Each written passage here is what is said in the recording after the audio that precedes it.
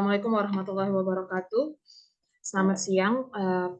Perkenalkan saya dari kelompok 6. Hari ini kami akan mempresentasikan jenis-jenis paragraf dan fungsinya dalam penulisan untuk pemenuhan tugas bahasa Indonesia.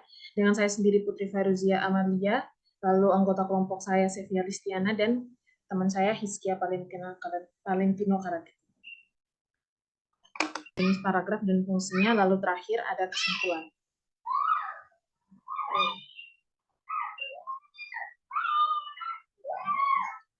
Kemudian dimulai dari latar belakang,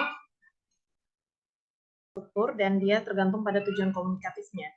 Lalu pemahaman terhadap jenis teks, yaitu setiap jenis teks ini memiliki karakteristik struktur yang berbeda, pengetahuan tentang jenis-jenis paragraf, lalu dia membantu pembaca di mana bisa dapat mengenali, memahami jenis teks yang mereka baca. Kemudian ada peningkatan kualitas penulisan, di mana dengan memahami jenis-jenis paragraf, seorang penulis dapat meningkatkan kualitas tulisannya, yaitu di mana dia dapat menyampaikan informasi secara jelas, logis, dan persuasif, di mana dia bisa mengajak para pembaca.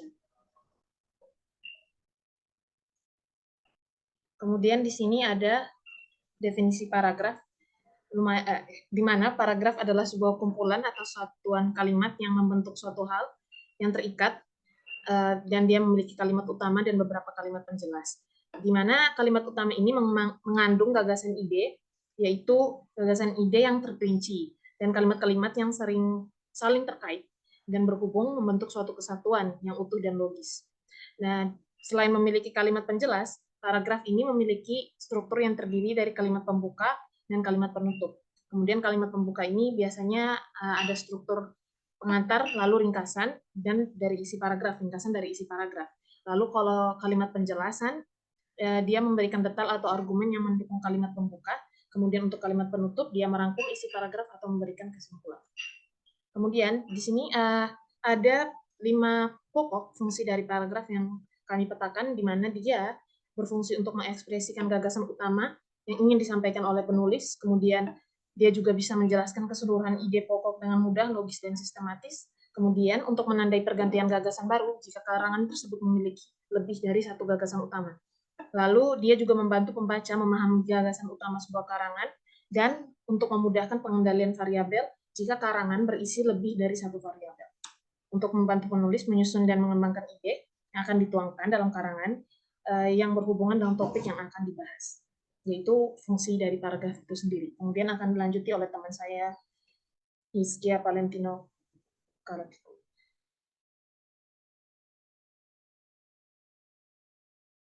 Baik, saya lanjut.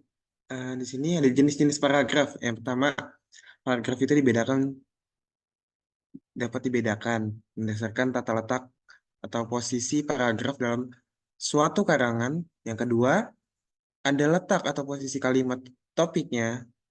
Yang ketiga, ada pemaparan paragraf. Dan yang keempat, ada pengembangan paragraf. Lanjut.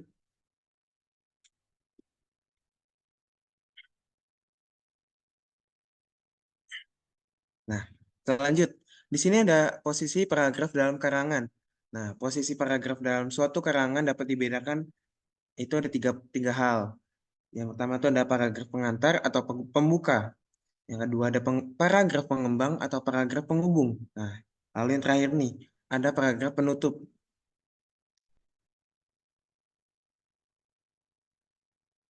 Nah, lanjut. Di sini kita lanjut ke letak posisi kalimat. Tentang letak posisi kalimat, sini ada beberapa letak nih. Yang pertama tuh ada paragraf deduktif, yang kedua ada paragraf induktif, terus yang ketiga ada paragraf induktif dan deduktif induktif dan paragraf campuran. Terus dan terakhir ada paragraf penuh kalimat.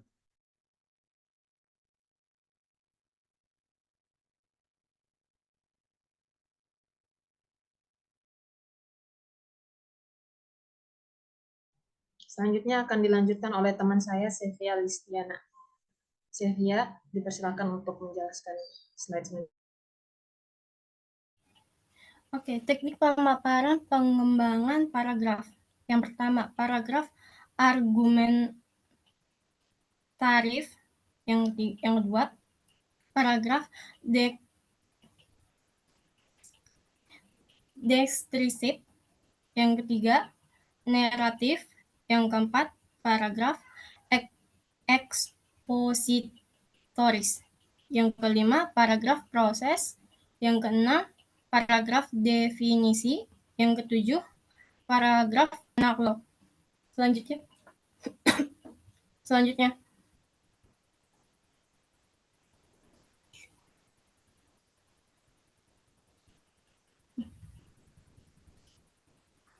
kesimpulan dalam penulis ini, kita telah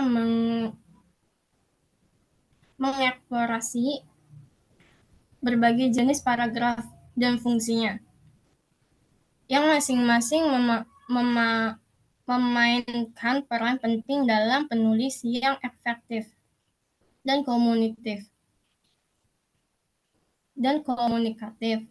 Jenis-jenis paragraf yang dibahas meliputi paragraf deskriptif, naratif, eksposis, proses, definisi, dan analog. Setiap jenis paragraf memiliki karakter unik yang sesuai dengan tujuan spesifik penulisnya. Lanjut.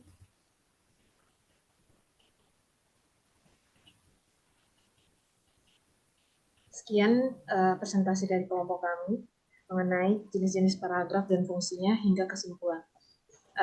Saya Putri Fairuzia Amalia, kemudian teman saya Setia Valentino dan Sevia Listiana mengucapkan terima kasih. Selamat siang semua.